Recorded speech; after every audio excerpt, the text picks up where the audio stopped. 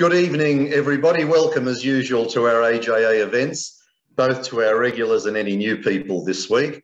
Welcome also to those watching on Facebook and to anybody listening to the audio replay, which is broadcast every Thursday at midday and Sundays at 4 p.m. on J-Air Community Radio, which you can find at FM 88 in Melbourne or everywhere else at j-air.com.au. My name is Alan Freedman. I'm Vice President of the Australian Jewish Association, and you will have already seen David Adler on your screen, who's President of AJA. And as well as that, Michael Bird, my former co-host of Nothing Left. And Michael's joining us because our guest tonight is Walter Bingham, a journalist, broadcaster, and much, much more. And Michael and I had the pleasure of meeting Walter and interviewing him when we were doing Nothing Left many years ago. The topic, of course, is Walter's World, the life and times of Walter Bingham. Walter's World is the name of his program. Michael and I are going to chat with Walter, and then there'll be some time for questions. But tonight there will be, unfortunately, reduced question time. Walter needs to leave a bit early because he has another engagement that he needs to get to. So we'll probably have time for a couple of questions. But after Walter's gone, David will provide a bit of an update on what's been happening with J-Air, with AJA in the last few weeks. If you do want to ask a question, what we ask you to do is raise your hand electronically. And to do that, you need to click the reaction icon on the bottom of the screen and then just click on the raise hand. You can put some written questions in the chat function. I'm not sure how many we'll get to tonight, but if you do, Robert Gregory, our Director of Public Affairs, can read them out during question time. And of course, if you don't like the chat, you can disable it simply by clicking the little button to do so.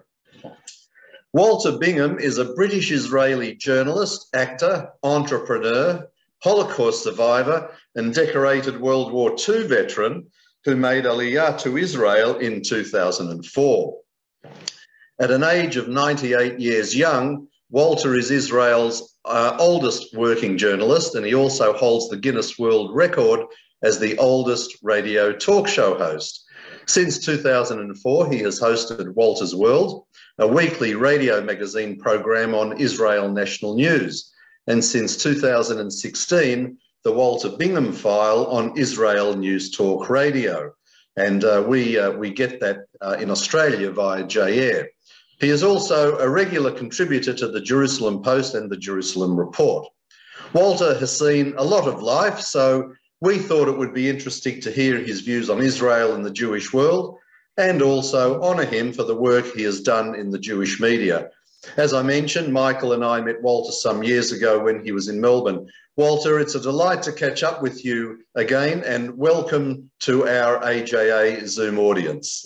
Hello, and thank you very much for having me. I just noticed that my your camera's gone connection has given up, so I'll just try. We'll just take a moment to plug that in. I'm not sure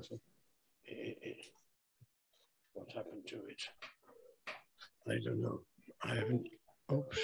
That sounds as if it's going to work. But nothing is happening. I was on there before, but we'll have to just do it like this. Okay. Maybe it'll come back. All right, Walter.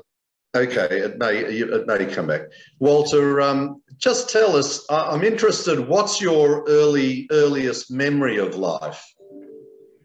My very earliest memory of life is sitting in a pram and somebody's squeezing my cheek. And I was 3 years old. That was a long time ago. I think I must have been 2 or 3. But after that, there is a host of memories that you'd need several hours to describe. And just tell us a little of your early life and your experiences in World War II. Well, my early life in Germany, I was born in Germany in January 19, are you ready? 24, and lived a sort of normal life in a religious family. And then at the age of 6, I had to go to school. That was mandatory. And I did 3 years at school during the Weimar Republic. That's before Hitler came to power. And at that time, of course, everything was relatively normal. If we were playing ball in the yard, I got the ball, and I was one of the boys. And then, of course, Hitler came to power in 1933 and everything changed. I suppose teachers had their instructions. All the children, there were boys in the class, they all had to go to Hitler Youth, because if you didn't send your children to this organization, then you might lose your job, or neighbors might point at you. And in Hitler Youth, they were indoctrinated in the way that you already know. And then there was a bit of bullying, which got worse. And then I was, I had problems because the boy who was sitting next to me, there were two of us on the bench, and he was this German boy, and he copied from me, and he got good marks and I got bad marks, although he copied my work. And when I lifted my finger in order to answer a teacher's question, and I may have been wrong, I'm not saying I was right, but he wouldn't call me because he couldn't take a chance that the Jew knew something. That was the thing. And then from then on, of course, it got worse and worse and worse. Eventually, I had to sit in or they couldn't expect that German boy, that Aryan boy, to sit next to this stinking, dirty, filthy Jew. And I had to sit in the back of the class, which, of course, was a sign that I was different and they could do with me what they liked, and so they did.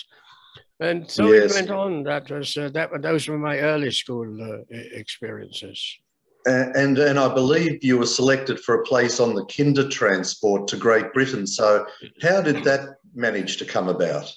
Well, it was after Kristallnacht, when the Jewish organizations at least in my town, I suppose throughout Germany, Austria, and by then occupied Sudetenland, part of Czechoslovakia, they applied to the British, can you do something for our children? Can you save our children?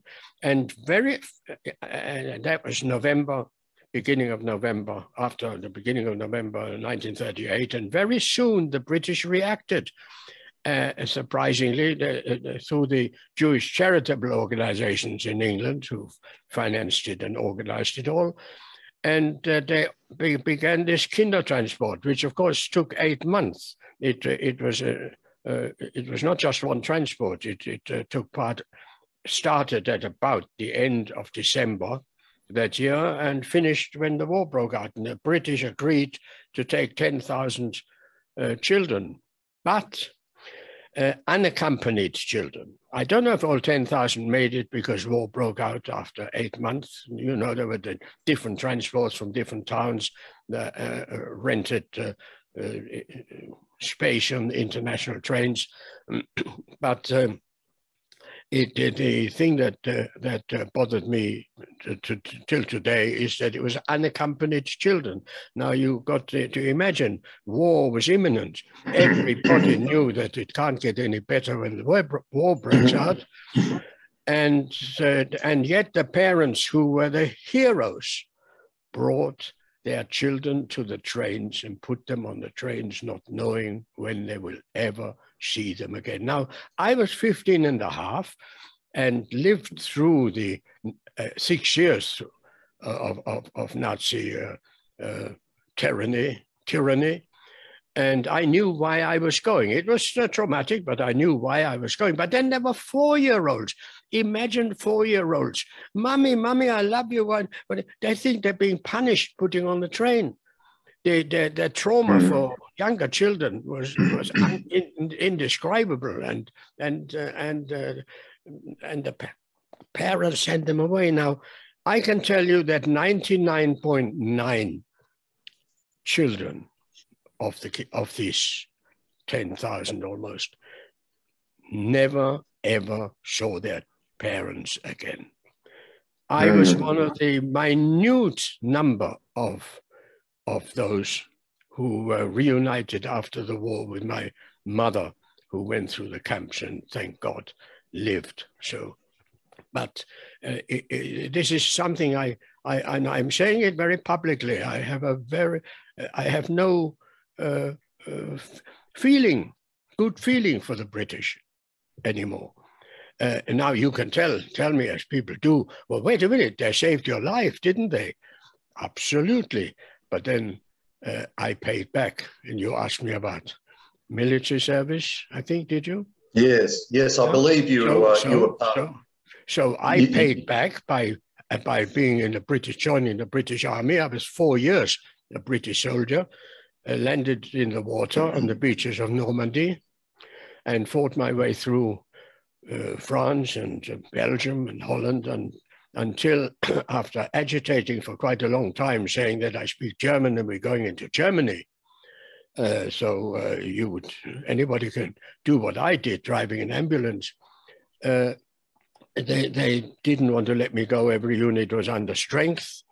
But eventually they did, and that was just before the Battle of Arnhem, if anybody knows what that is, over the River Rhine in Holland, where the British were routed, actually. Just before that battle, which I might not have survived, knowing myself, I was sent to London, straight from the front, which was rather interesting. I had a bath the first time. And to a secret office, if anybody knows London, above a department store, one of the corners of Oxford Circus, under the roof. And there I was trained as a document specialist and other things, and then sent to HQ Intelligence Corps Brussels, where I waited for a job. And when Hamburg fell, which was the day the war in Europe finished, I was sent to Hamburg. And there I worked for the next sort of two years in counterintelligence, doing all kinds of things. I had civilian clothes. My transport was an open blue BMW car, not a military car. And I had lots of permits, which I have here, that allowed me to do just anything. So that was my army service. And then you made ELR. So what was the trigger for you to move to Israel? Let me just tell you one more thing about Hamburg, that one of the Nazis that were caught there was the German Foreign Minister Joachim von Ribbentrop. And he was brought into my office. I had an office in what used to be the Gauleitung, the head office of the whole of the Nazi party in the Greater Hamburg. And then it became the area security office for the British, where I had an office, and they brought this guy into me, and Joachim von Ribbentrop, the German foreign minister, and we sat down in a small office, he and I asked him the questions that interested me. That's why they sent him into me. What can you tell me about the final solution? And he looked me in the face. I think we spoke German or English, I'm not sure. And he looked me in the face and he said, I didn't know anything about that. It was the Führer. Well, now, as a British intelligence officer, I had to have a sort of stiff upper lip. I couldn't do anything, although in my mind I could have choked him. And then I could only ask more questions. And then I asked him, Herr Ribbentrop, so now I guess that you heard about that. How did you find out? And this man had the chutzpah to tell me that he read it in the newspaper. Now, you can imagine how I felt. And I couldn't just do anything, asking more and more questions. And he was unshaven. Then I brought out a camera, a very complicated camera that I took actually off the Japanese consul in Hamburg. And when I brought out this camera, he said, he thought he was the big shot. He said, is this for publicity? Do you mind if I have a shave first? Imagine that. Then I lost my temper and I said to him, sit down. And unfortunately, I didn't know how to use this camera because you had to set the exposure and the distance and all the different things, not like today where you just press a button. And unfortunately, pictures didn't come out that my colleague took, who called in, and my own pictures. So anyway, that was, and then eventually I asked a few more questions and sent him on his way. And he was, as you know, the first to be hanged after the Nuremberg war crimes trials. So that's the thing. And now I come back to what you asked me to talk about. Yes, tell us about your decision to move to Israel. Well, I had Zionism with a mother's milk. I was on a list at the end of 1937. I was in the religious Zionist youth movement, of which the youth wing actually became B'nai Akiva. So I'm also the oldest B'nai Akiva boy around. Anyway, I was on this list, and I was even sent to an agricultural training camp in Hamburg, and I lived in the south of Germany. Hamburg's in the north, for about 4 or 6 weeks to learn something about agriculture, and to as a young teenager to go on a kibbutz in Israel. But the British did not give the permit. They were sitting on the fence. You know, politics is politics, and Jews don't matter. So I didn't go. That was my earliest experience. And since then, of course, I always wanted to go, but then life interfered at that time. And then came the Kindertransport, which I told you about, yeah. And then after that, I was in England and just tried to. And then you got to Israel, so that would have been quite a culture shock, I imagine. No. I was quite not at all. I mean, I came. I wanted to go all the time, but then you see, I was got married, and my wife, who was a refugee girl from Vienna, she was an Anglophile. She liked England. So what do you do if the wife doesn't want to go? You've got no choice. And I stayed. She was Nifta. She died in 1990, unfortunately. And my daughter came. Oh yeah, then my daughter moved to South Africa and started a business there, which was just before the changeover. And one day, and I kept going there, visiting to Cape Town regularly. And one day I was getting on for 80. I thought, I'm getting a bit old now, and I'm on my own in England, just with a grandson, and you don't want to be a burden to your grandchildren. And I said to my daughter, you know, I think I'm moving here to you. I had no choice. I needed it. It's my only daughter. I moved to you. And she said, don't bother, Daddy. I'm making Aliyah, which was, of course, the nicest thing I could hear. And she made Aliyah. I stayed on in London. I was working on radio and doing all kinds of filming and other things.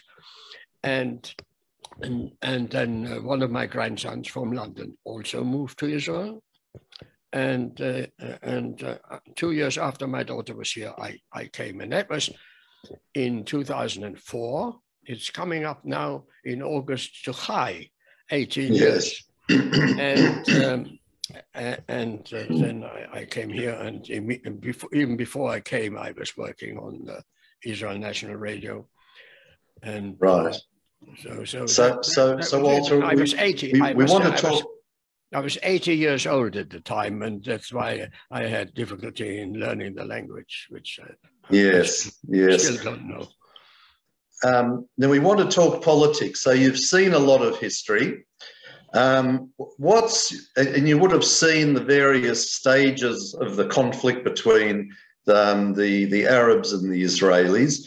What's your take on it all? How do you think it went? Could things have been done better? And if so, what would you have done with the benefit of hindsight? Well, I realized that being a pragmatist in a way, that you have to accept the things as they are at the moment. So what can you do about it? So I thought that we could actually pay the Arabs good money in order to those who want to leave. And unfortunately, they were in a similar position that the Jews were before the war. Nobody would want to take them, but to pay reasonable money to help them to leave. That, in fact, was Rabbi Kahana's idea. He didn't want to kill or destroy them. He felt that we should encourage them to leave best we can, and but unfortunately that didn't work out. The indoctrination of Arabs. Imagine 74 years Israel. A man of 70 today knows nothing else but the hatred that he learned from a childhood. And this is extremely difficult to eradicate. This is rather like the Nazis, so indoctrinated that you can't do anything. So what could have been done better? You know, it's very, very hard to say. I don't think anybody knew the answer. Yes. A one-state solution is not the answer because of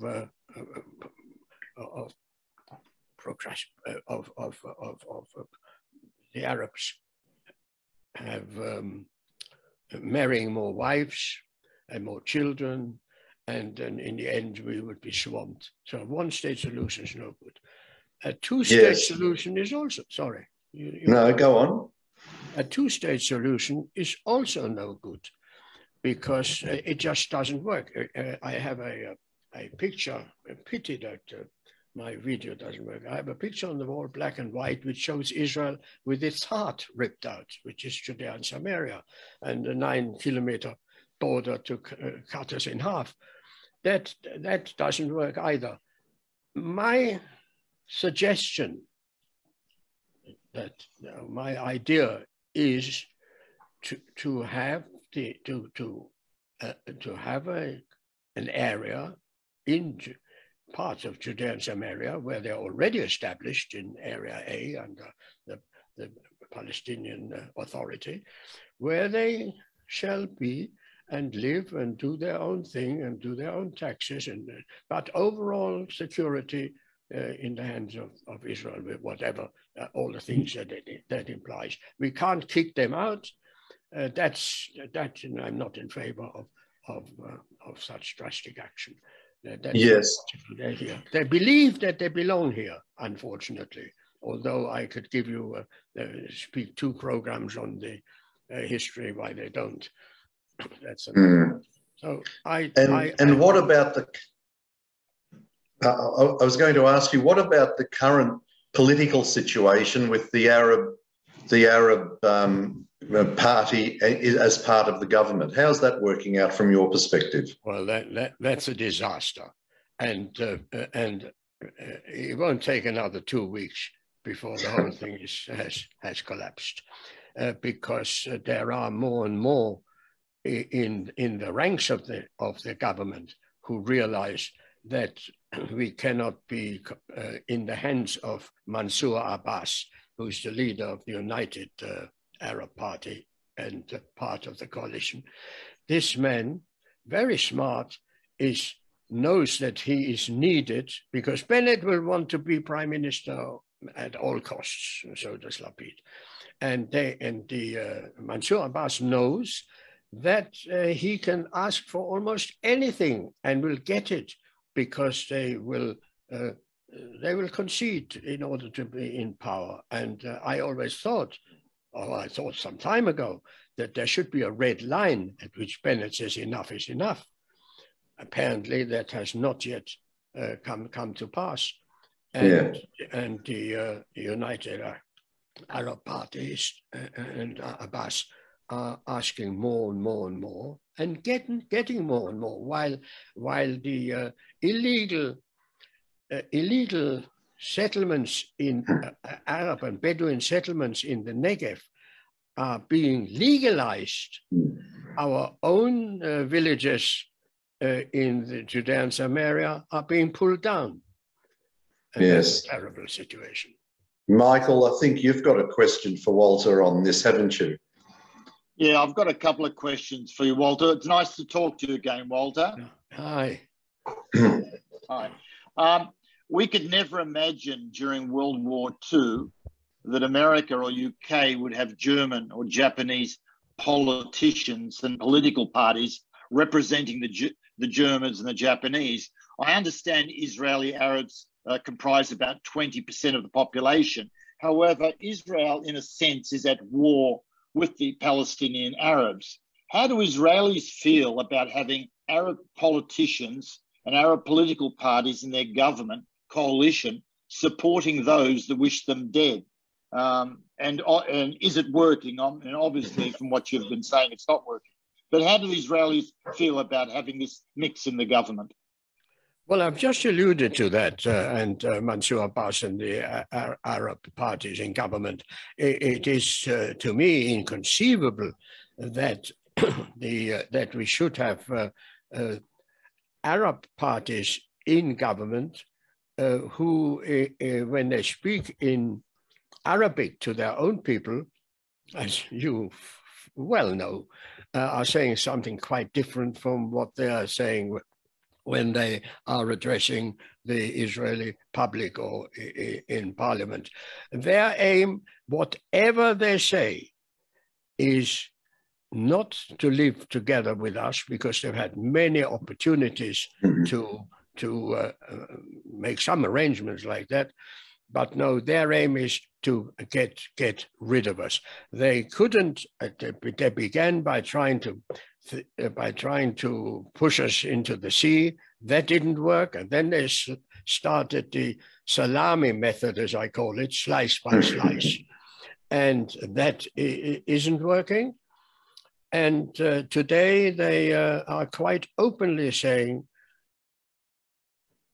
well, not Mansour Abbas in parliament, but in private, to have to get rid of us, to have to destroy us, and hoping that they have some allies like Iran. And I think, personally, I think they're basing a lot of their hope on Iran. It didn't work in Iraq and Syria. So now they're hoping that it might work with Iran. I'm like most Israelis who have opinions but no real answers. Well, Walter, I just want to ask you one more question. The divide between the left and right in Israel is getting wider by the year. How influential is the left? And in summary, what do you believe the left really wants? What are those on the left prepared to concede to the Arabs in their hope for peace? Well, the left live in cloud cuckoo land and have ideas that are unworkable. The left believe that if you provide good economic conditions for the Arabs, then they will forget, they'd be rather concerned about their own private lives and will forget about their hatred of Israel. Well, that has been proved to be wrong, because even, and let me just digress, the terrorists who carried out the 9/11 bombings of the Twin Towers, now nearly 22 years ago, they were not deprived Arabs. They came from very well-off Saudi families. So there's one proof that economic conditions do not dictate what they want to do. The left here believe that if you make it very nice for them and give them everything they want, like legalizing, as I said before, their illegal places, that will work. It will not work. The indoctrination and the hatred of Israel and their belief that they are the rightful owners of the land is so strong. It's like under the Nazis. where they believed that the Nazis believed they were the master race and everybody has no right to be there.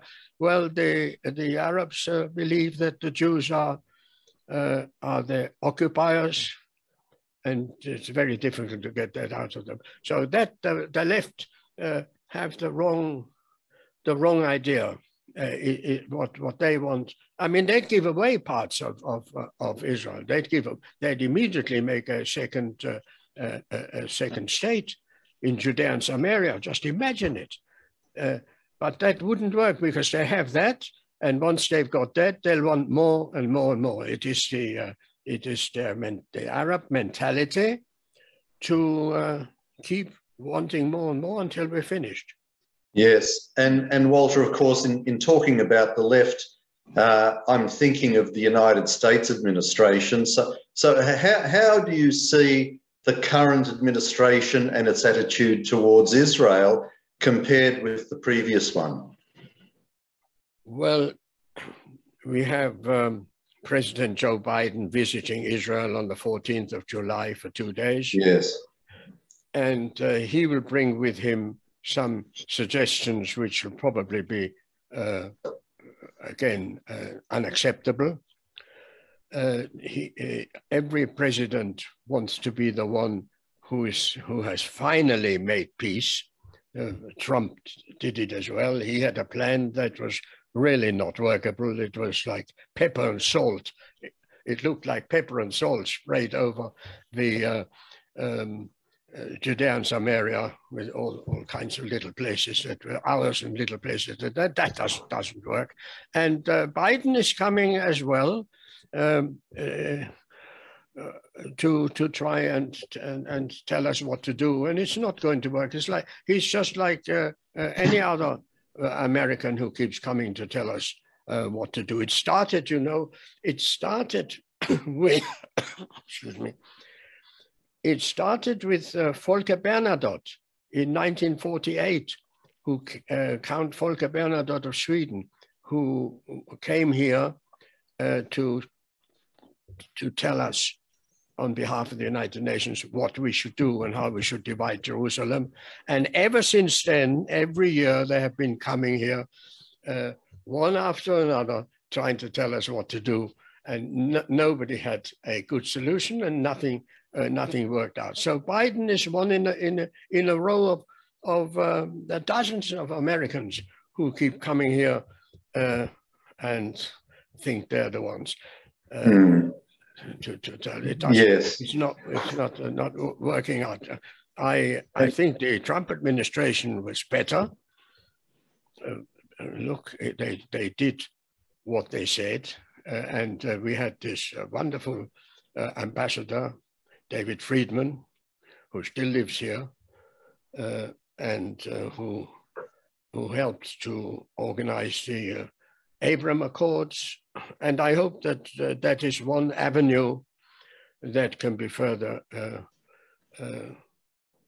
exploited, and that more of those states will realize that Israel is here to stay, and that there's no way of getting rid of us, that we are a superpower in the Middle East, and which it's never been officially admitted, but all those peculiar deaths in Iran don't just happen. Yes, we can see how terribly unlucky the Iranians are. Walter, for those that joined us after we began, Walter is not able to stay for the full hour. He needs to leave in about 5 minutes or so, but I see we have a question from Greg. So I'll ask you to unmute yourself, Greg, and ask your question now. Oh, thank you very much. First of all, it's been outstanding to listen to you. Keep that wonderful mind engaged. It's been a privilege. The question I want to ask you, sir, is this. Am I crazy to believe that there is no room and possibility for Bibi Netanyahu to come back into power? Bibi Netanyahu has a lot of things on his plate right now, but with the court case, the court cases, which I think will in due course collapse. And now he's engaged in a court case against former President Olmert, who said that he and his family are mentally deranged, and he's suing them. So, but he is the only one, in my opinion, who can get us out of our mess, particularly with Iran, because he is a terrific negotiator, and he knows. Well, he's proved it. He proved it when he spoke at the United Nations General Assembly. The place was full, and some time ago, Bennett, our Prime Minister, current Prime Minister, spoke there as well, and the place was empty. So Netanyahu is accepted in the world as a super statesman, and he will come back. In fact, he is. We postponed it twice. I have a chair here. He's waiting for him. He's coming to visit me here in my studio, and we had to postpone it on a couple of occasions. Once they postponed it, and once I had to postpone it. And I'm hoping that within the very near future, I shall have him on my program, and you will no doubt hear what he has to say. I'm fortunately connected with a lot of diplomats. One coming to me in about 25 minutes or so, the Swedish ambassador, and that is why I have to break off this very soon. He's coming here, and I shall interview him. Yes, Walter. What do you think the view of Israelis are in terms of Bibi? Is there enough interest in having him come back for this to be viable? Well, that wasn't the case until some time ago. But the country is very divided. But the more they see of the mess that the current government is doing, and that it's really that the puppeteer is really Mansour Abbas and the puppet is Bennett, the more people see that and see how many concessions he's making to the Arabs, the more he's losing support. I haven't seen the popularity numbers, but I see that Likud, that polls conducted now show that Yamina, his party, is not getting any further than 4 or 5 seats, which is really ridiculous to be a prime minister with 4 or 5 seats of 120. But now, and Likud is gaining up to 35 lately. So there is, and it's now up to the Likud, if they have primaries, to see whom they will want to take. And I hope and pray that they will choose Netanyahu for at least one term of as prime minister, because he is really, in my view, and you know, if you look at old programs of mine, listen to old programs of mine, you will find that I said it's time for him to go. We've gotten enough. He's been there long enough. I have since changed my mind. I've realized that he is the only one who can pull us out of the mess we're in. All right. Walter, we know that you need to leave. Just on your way out. I'll give you another 3 minutes or so. Okay. All right. So let me ask you one more question.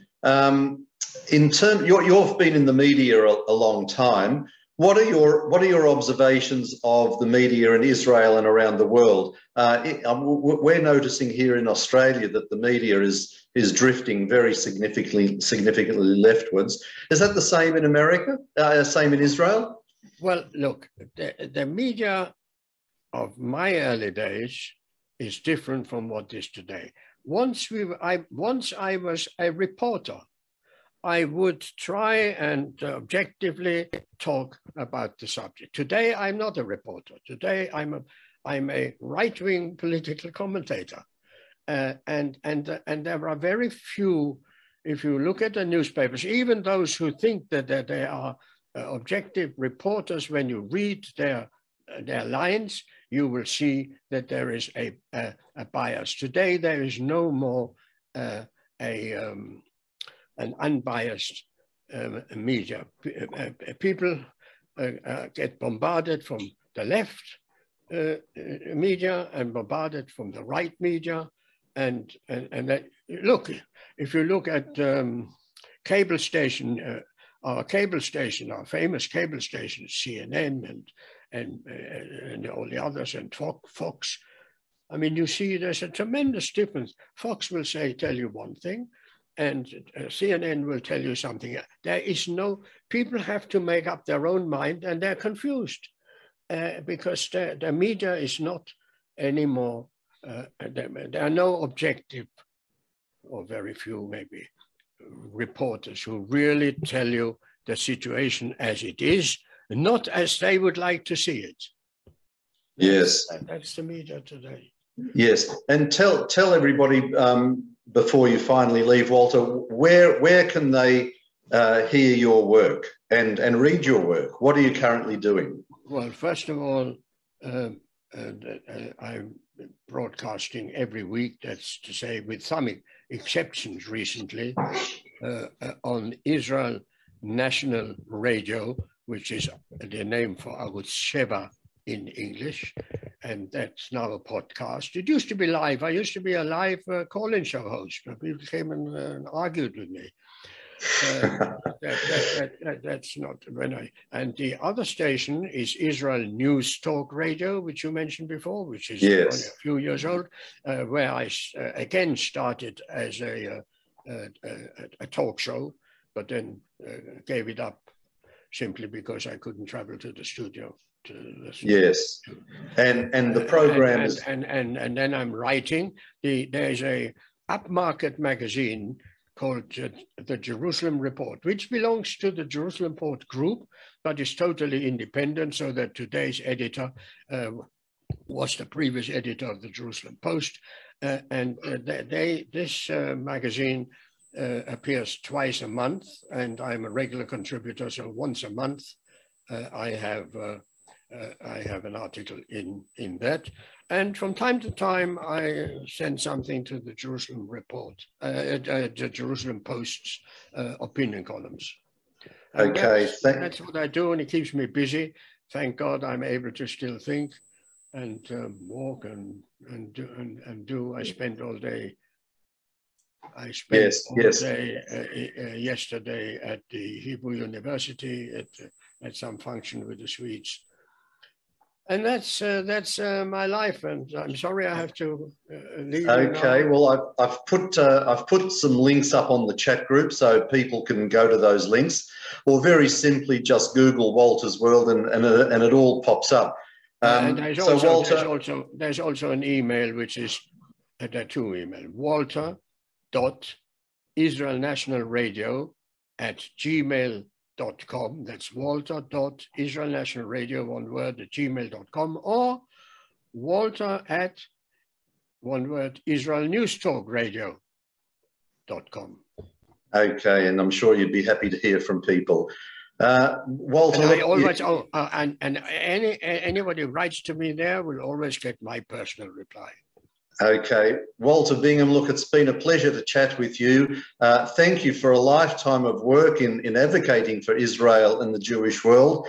And we look forward to hearing you for many more years to come. I know you need to leave us, so we'll wish you all the best. And it's been a pleasure and an honor to chat with you today. Thank you very much, Alan and Michael, yes. Michael, for having me, and I'm sorry that my camera packed up. I'm sorry. Thank you very much for having me, and all the best, and good night, Australia. Okay, thank you very much. That was Walter Bingham. If you're listening on J-Air, this is the Australian Jewish Association Zoom event, which we have every Wednesday night. Our guest has been Walter Bingham from Walter's World. If you're a J-Air listener, his name and his voice won't be unfamiliar to you. I'm just going to hand over to David, and what we're going to do now is, because Walter had to leave 15 minutes early. David has been very busy behind the scenes, and he's going to give us an update on some of the issues that have been happening around the political scene in Australia. So I'll hand back to you, David. Okay, well, look, thank you very much. And it's quite intimidating following a 98-year-old. I don't think I'd ever have to say that. But wasn't he outstanding? What a personality, what clarity of thought. We like people with values, and he's got values in spades. So just briefly, firstly, as we always do, anyone here, we need to gain support for the Australian Jewish Association. If you're not yet a member, or if you haven't made a contribution, please go to the website jewishassociation.org.au, and you can also subscribe to our email list there. Like and follow the Facebook page for daily updates of news and views. And next week, we focus on an examination of the Palestinian Authority with the proposition that it's on a journey to nowhere, with an outstanding academic and writer, Dr. Kobe Michael, who has done all sorts of strategic analyses and writing. He's written 18 books, he's received multiple awards, one of the more informed analytic thinkers that you'll ever come across on this subject. So just very briefly, I'll mention two issues which have been live and taken our attention even today. One is, unfortunately, as everyone here I'm sure is aware, we have a rise in anti-Semitism worldwide, and Australia is no exception. AJA believes we need to put in place every available tool to assist in combating anti-Semitism, calling it out from wherever it arises. But one of the tools that we are working on implementing is the International Holocaust Remembrance Alliance definition of anti-Semitism. We want to see that accepted in all jurisdictions. And we've had some interesting dynamics in South Australia, where recently a woman by the name of Sarah Game was elected as a member of the Legislative Council. For the first time in just over 100 years, there is a Jewish member of the South Australian Parliament. And she has taken it on as one of the first things to move a motion for South Australia to adopt the International Holocaust Remembrance Alliance definition of anti-Semitism. Now, given that it's been such a motion has passed federally and New South Wales and Victoria, you might think that, well, South Australia would go through without any difficulty. But two obstacles have been struck. One is that Sarah Game is a member of One Nation, Pauline Hanson's One Nation. And even though she's actually not typical of the One Nation mould, she's actually very moderate in her political views, you know, support for refugees and a whole range of other issues. There is almost a reflex opposition in some political quarters, including within the Jewish community. So we have this peculiar dynamic where normally everyone would get behind the IHRA definition of anti-Semitism, but navigating it in South Australia is proving to be a bit more complex. There was supposed to be a vote in the South Australian Parliament today, but it's been deferred. I'm quite confident we'll get it through Parliament there sometime in July. There's about to be a recess in South Australia for a while, and the South Australian Labor Party just needs a bit more coaxing. We have some friends in Labor in other states assisting with that. But it's an interesting example of the sort of advocacy, both public and behind the scenes, that we're engaged in, which is in progress at the moment. And the other issue I'll mention is, unfortunately, we have seen already under our new federal Labor government a shift in the Australian position with regard to Israel in international forums, specifically in the United Nations Human Rights Council, where the UN HRC has established a standing inquiry into human rights in only one country on the planet, and that's Israel. 22 countries signed a document objecting to this biased approach.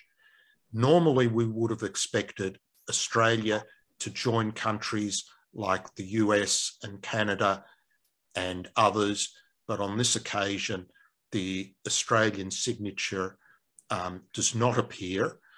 Our representative on the in the UN has said some things about calling out the bias, etc., but the fact that Australia has not formally stood with Israel on this occasion is a shift.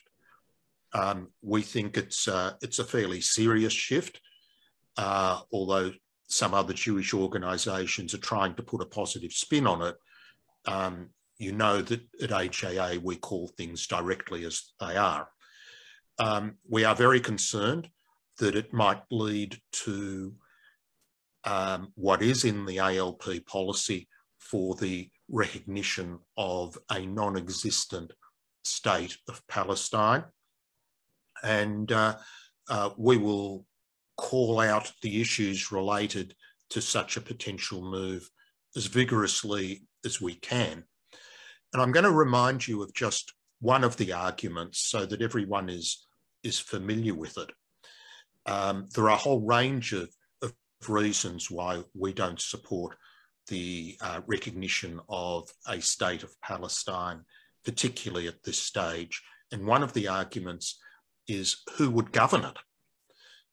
Because really there are only two potential parties that could stand up and assume those responsibilities. One, of course, is the registered terrorist organisation Hamas. If an election was held amongst the Arabs in areas controlled by the Palestinian Authority, the polls suggest quite strongly that Hamas would emerge as the victor. And I'm going to remind you of something that we did about 18 months ago, 2 years ago, and we sought an opinion about the status of the Palestinian Authority under the Australian Criminal Code, which defines what a terrorist organisation is. And we got senior legal counsel advice, specifically the former Director of Public Prosecutions of Victoria, Jeremy Rapke QC, who has handled more terrorist cases than anyone else. And here is his concluding paragraph from an 11-page document that he gave us. And it is a surprisingly direct statement for a Queen's Counsel. And it concludes, it is strongly arguable that such payments incentivise, this is the pay for slay provision, reward and glorify terrorism when coupled with the public praising of and recognition given to terrorists from a purely evidentiary perspective. Such conduct strengthens the conclusion that the PA intends to encourage terrorism. The conclusion that the PA is a terrorist organisation by reason of its fostering of the doing of terrorist acts seems almost inevitable. So here is one argument that we are running, and I believe only HAA runs, and that is that if you recognise a state of Palestine, then you are endorsing terrorism. You are endorsing the only parties which could be called upon to govern such a non-existent state, either Hamas, which is already a terrorist organisation prescribed, or the Palestinian Authority, which actually meets the criteria. It hasn't been prescribed for other reasons, but under the legislation, it actually does meet the criteria. So they're two big issues that have been occupying our attention this week. One is the International Holocaust Remembrance Alliance, a definition of anti-Semitism, and the other is preparing and calling out issues relating to a potential shift in Australian policy of being less supportive towards Israel.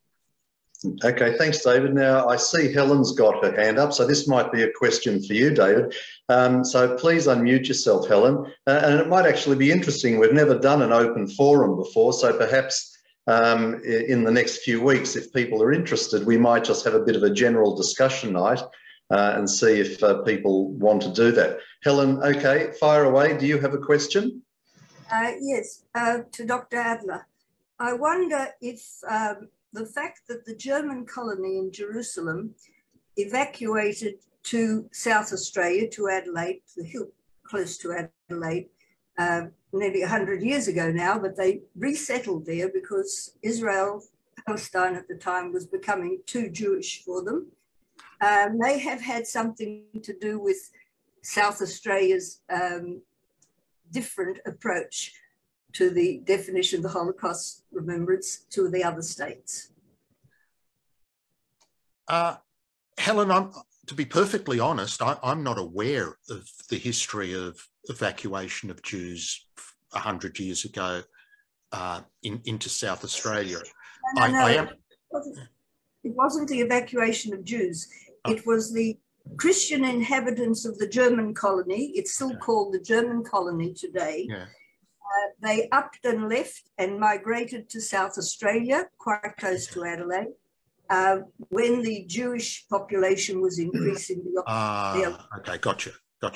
No, we haven't come across that as an issue. There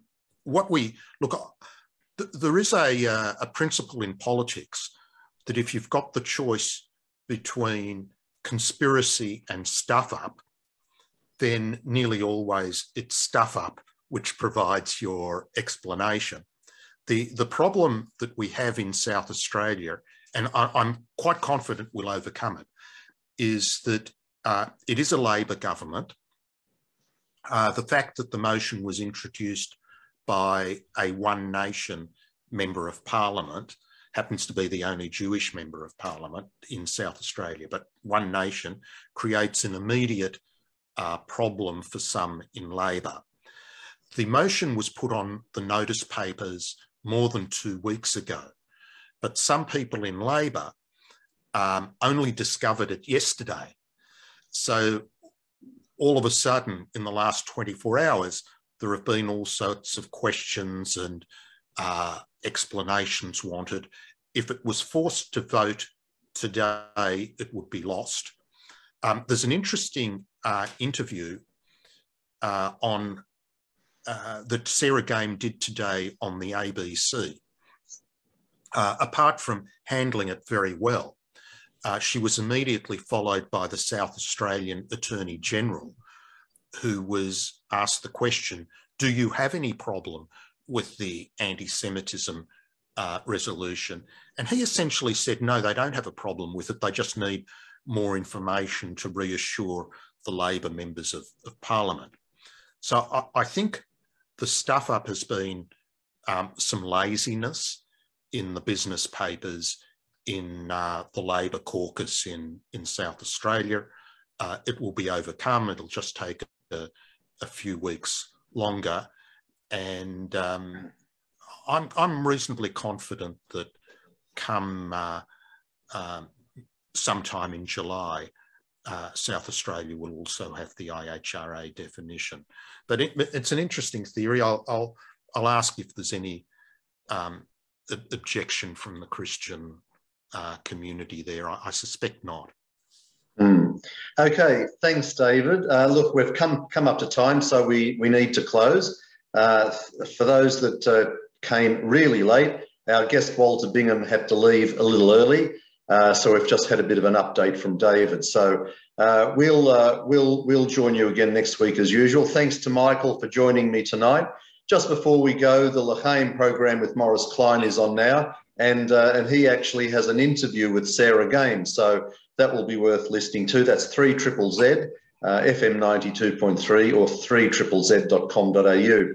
That's all we have for tonight. Join us next week when we have Dr. Kobe Michael to discuss the good, if there is anything, and the bad of the Palestinian leadership. Don't forget you can keep up to date with what the AJA is talking about by visiting our Facebook page. Please like it and share it widely. But for now, we wish you all a very good evening and look forward to seeing you all again next week as usual. From me, it's good night to you all. Bye for now.